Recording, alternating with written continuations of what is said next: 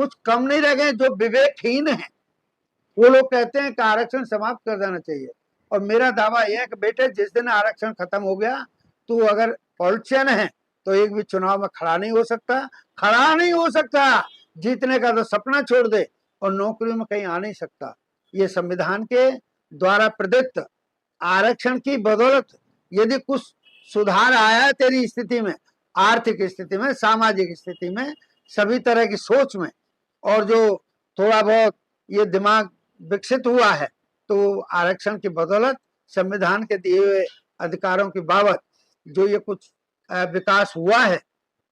भाजपा सरकार का तो विकास कब पैदा होगा पता नहीं, लेकिन संविधान के द्वारा तो काफी कुछ तो क्या नजर आता है। तो हम लोग ऐसे लोगों के खिलाफ, हमारे लोग वोट कास्ट न करें।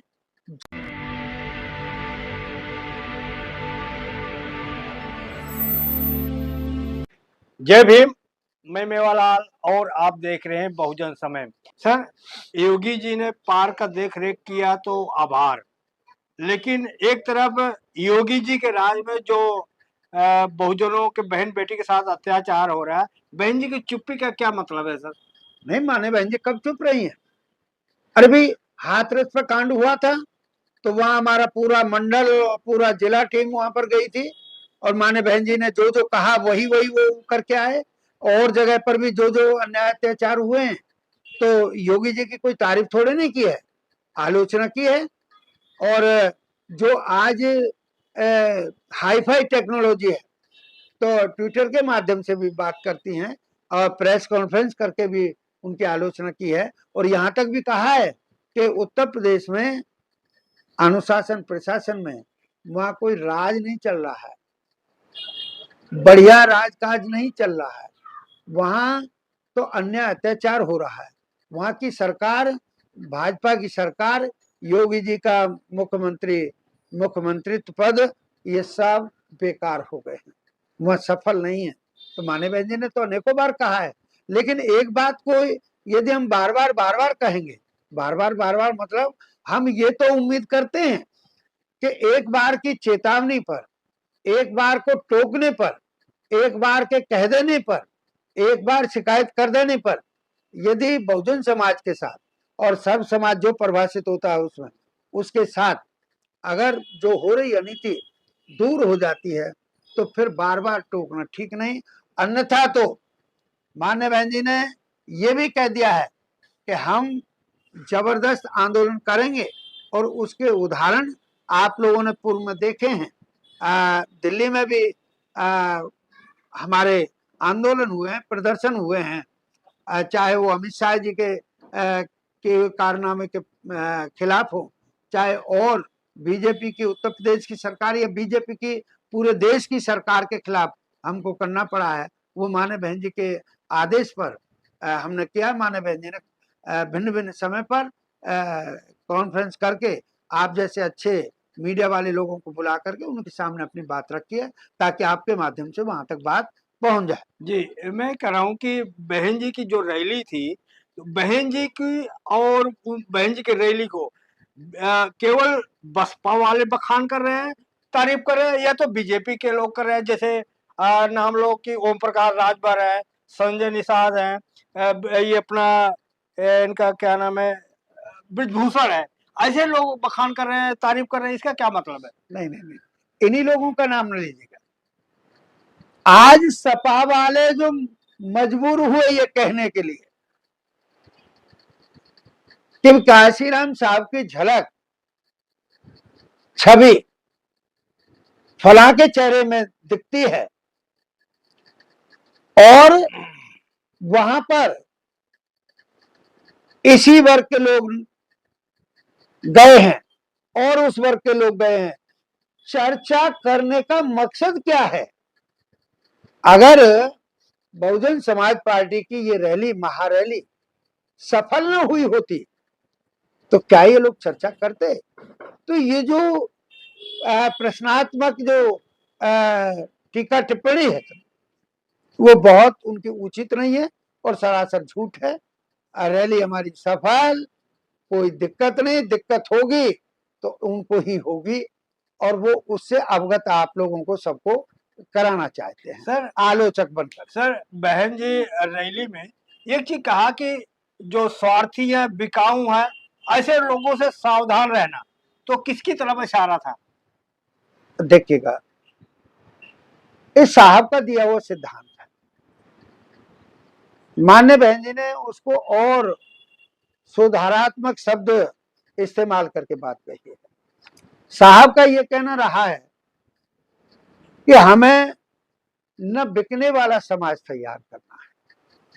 जब न बिकने वाला समाज होगा तो जो हमारा नेता जाएगा, चुनाव लड़ेगा और वो जीत करके आएगा, तो न बिकने वाला एमएलए होगा, सांसद होगा, हमारा पार्षद होगा, और कहीं पर भी पार्टी उनको बिठाएगी, पदासीन करेगी, तो वहां पर भी न बिकने वाला अपना एटीट्यूड रखेगा।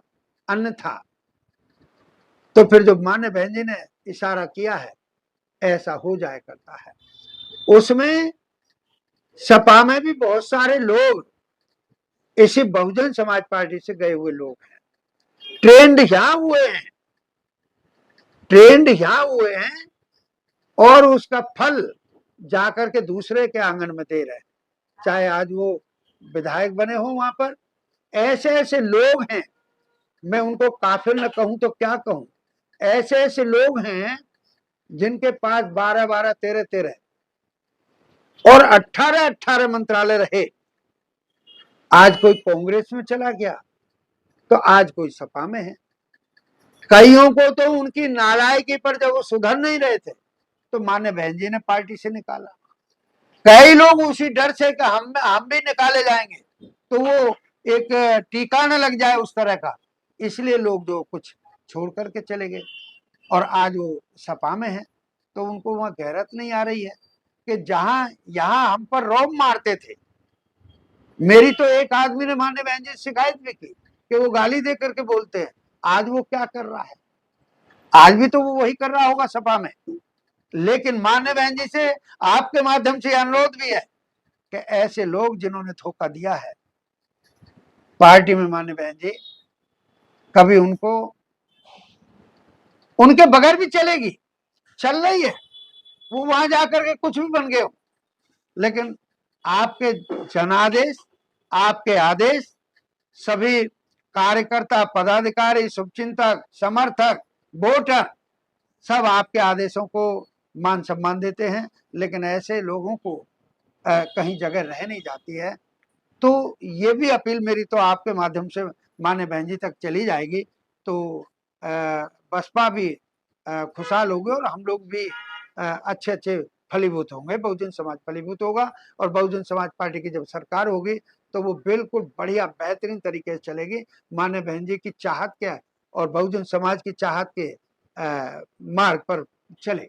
सर बीएसपी में तो बदलाव तो हो रहा, मैं देखा हूं कि जिस तरह से मंच पर वहां पर सतीश चंद्र मिश्रा बैठे थे, वो बाबू साहब बैठे थे, उमा शंकर, और ये पहले लाइन पे थे, और लेकिन दूसरे नंबर पे विश्वनाथ पाल पे और जो मोहम्मदन थे, तो ये आपको वहां कुर्मी नहीं दिखा, नाई नहीं दिखा, और गलेरिया नहीं दिखा। ये वो गलेरिया तो खैर पाल साहब थे ही, बाकी और जातियां नहीं दिखे लोगों का, ये आलोचना है। देखिएगा, उनको समझ लेना चाहिए, मिश्रा जी बैठे हैं, आज तो उनको अगर मैं ये कहूं कि भाई वो जो लोग कहते हैं कि वो तो भाई ब्राह्मण है उसको क्यों ले लिया, ना ना ना, वो सुधारवादी ब्राह्मण है, जहां खामी देखते हैं सिस्टम में, ब्राह्मणिकल सिस्टम है, उसको टोकते हैं, रोकते हैं। तो उन्होंने ब्राह्मणों का प्रतिनिधित्व किया, और जो हमारे एमएलए साहब हैं बलिया से, उमा शंकर जी, उन्होंने क्षत्रिय वर्ग का प्रतिनिधित्व किया, और वैश्य वर्ग की तरफ आप लोगों का किसी का इशारा हो तो बहुजन समाज पार्टी तो वो राजनीतिक दल है जिसने सबसे पहला अगर विधान परिषद में एमएलसी भेजा तो सुधीर गोयल भेजेंगे। लेकिन मंच की बात हो रही सर। हाँ, मैं वही बात कह रहा हूँ। तो वैश्य वर्ग के लिए पद बिल्कुल बसपा बिल्कुल हर वक्त तैयार रहती है। मान सम्मान सबसे पहले दिया तो उनको दिया, तो वो हो गए। मुनकाद अली साहब जो बैठे थे मंच पर, दूसरी लाइन पे थे। उन्होंने अल्पसंख्यक, वो तो देखिएगा सिटिंग अरेंजमेंट है उसका, स्टेज का, आलोचना तो यही हो रहा है पहली और दूसरी लाइन में कोई फर्क नहीं होता है। दूसरी लाइन का जो लीडर है, क्या उसको लीडर नहीं मानेंगे? आप लोग रोजाना तो कहते हो कि जो मतलब सेकंड लाइन ऑफ लीडरशिप नहीं है बसपा में, अब अगर है तो उसकी आलोचना है। तो और फिर उसके बाद जो वहां पर मुनकाद अली जी हो गए, पाल साहब हो गए।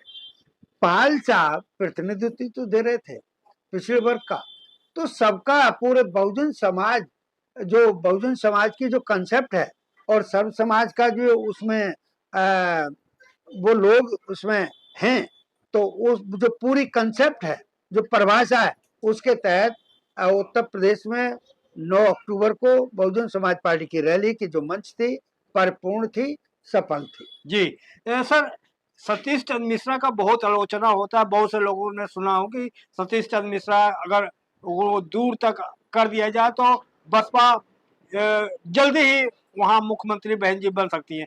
लेकिन माता प्रसाद पांडे सपा में उनका चर्चा क्यों नहीं होती? देखिएगा,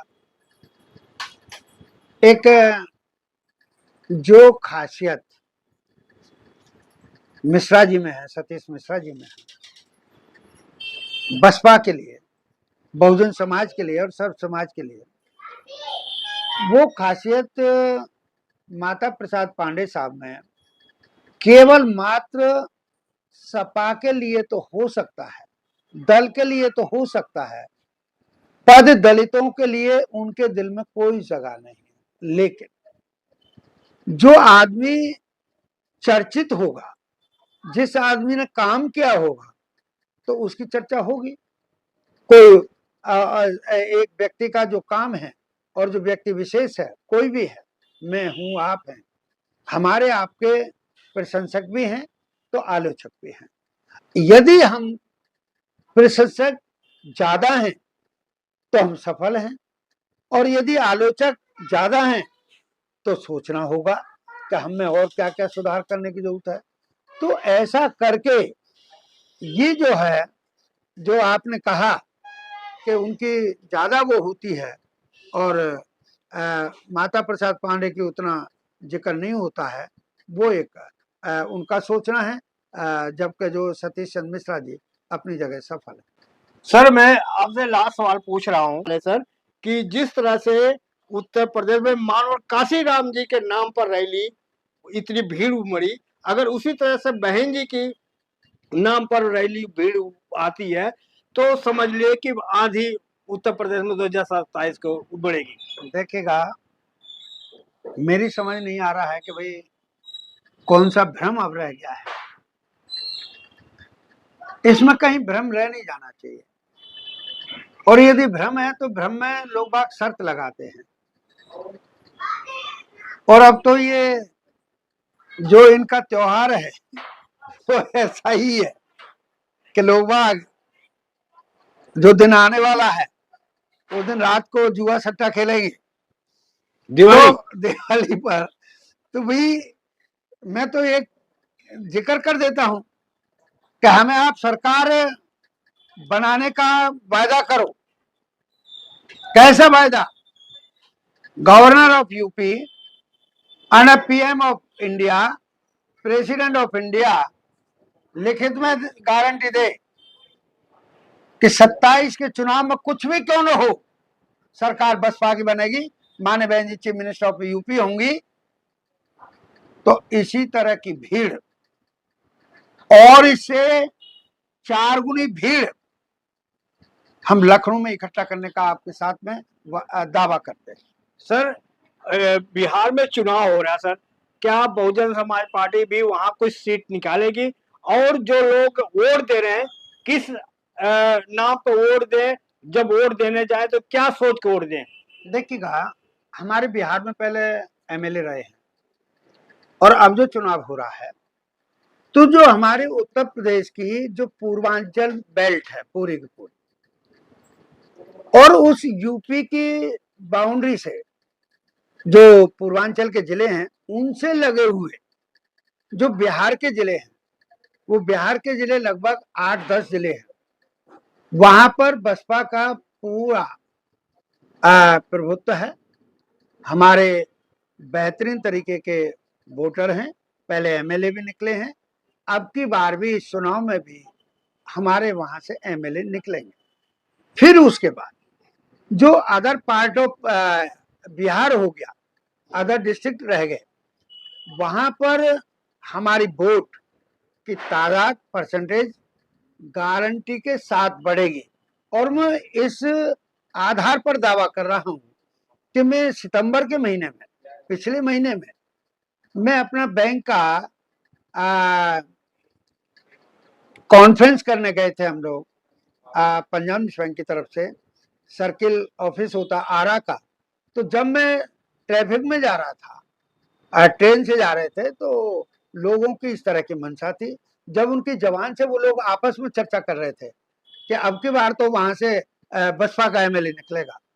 और उनके ये जो मोबाइल है उसमें मानवर कांशीराम साहब से रिगार्डिंग और मान्य बहन जी की रिगार्डिंग और सत्ता के बसपा के नाम से संबंधित जो आवाज आ रही थी, उस आधार पर मैंने टोका भी कि क्या भाई बिहार में क्या स्थिति होगी।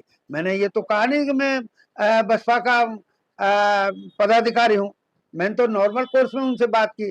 तब उन्होंने मुझे गारंटी दी कि साहब देख लेना, आपको हम 8-10 एमएलए दे देंगे। क्या आप अपने जबान से ये कह सकते हैं कि आरक्षण विरोधियों को, संविधान विरोधियों को, बाबा साहब अम्बेडकर के विरोधियों को, SC/ST एक्ट के विरोधियों को वोट को आप नहीं देना है, या आप बोल सकते हैं? हाँ बिल्कुल, हमारा लक्ष्य क्या है? हमारा लक्ष्य भी तो यही है कि जो संविधान की मुखालफत करते हैं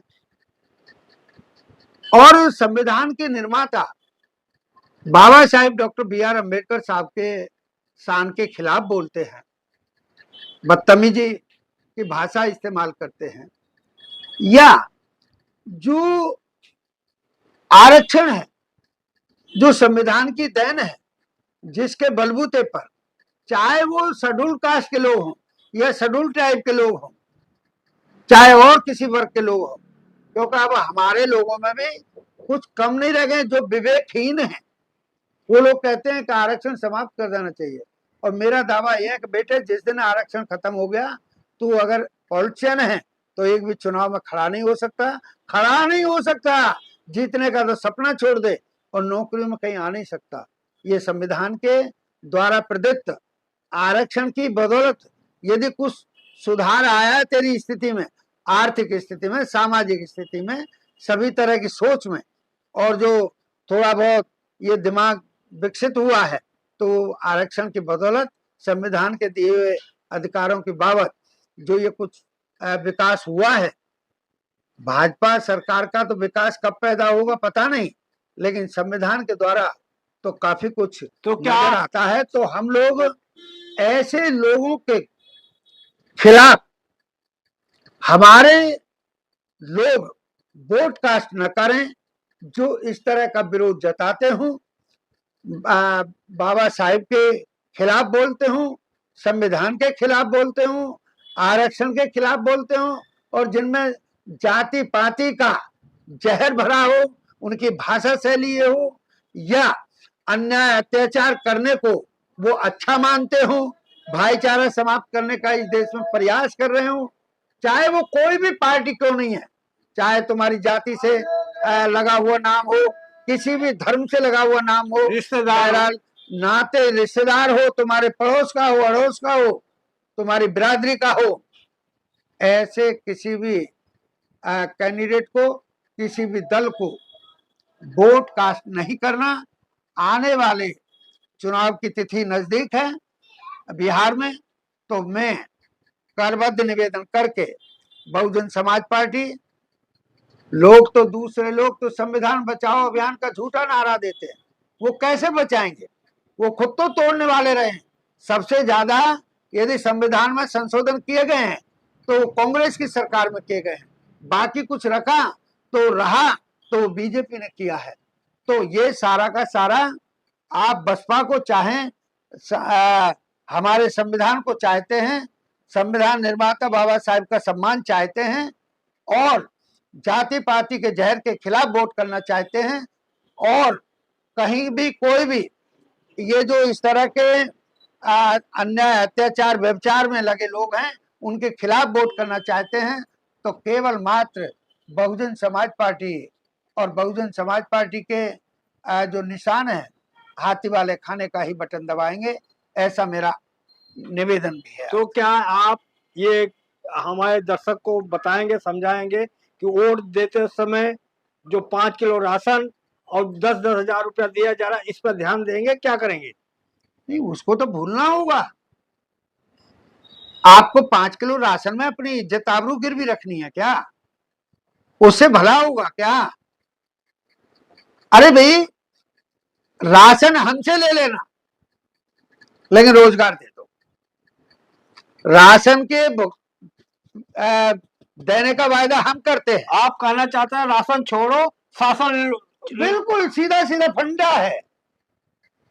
क्या राशन होता है? शासन के उस पर आइएगा, सिद्धांत पर।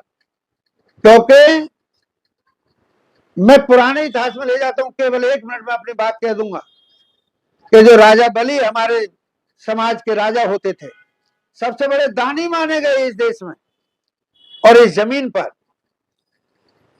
उनसे जब ये आर्य लोग आए, इन लोगों ने अगर कोई चीज मांगी थी तो सबसे मुख्य चीज में उन्होंने राजा बलि से 3 वचन भरवा करके ताज मांगा था।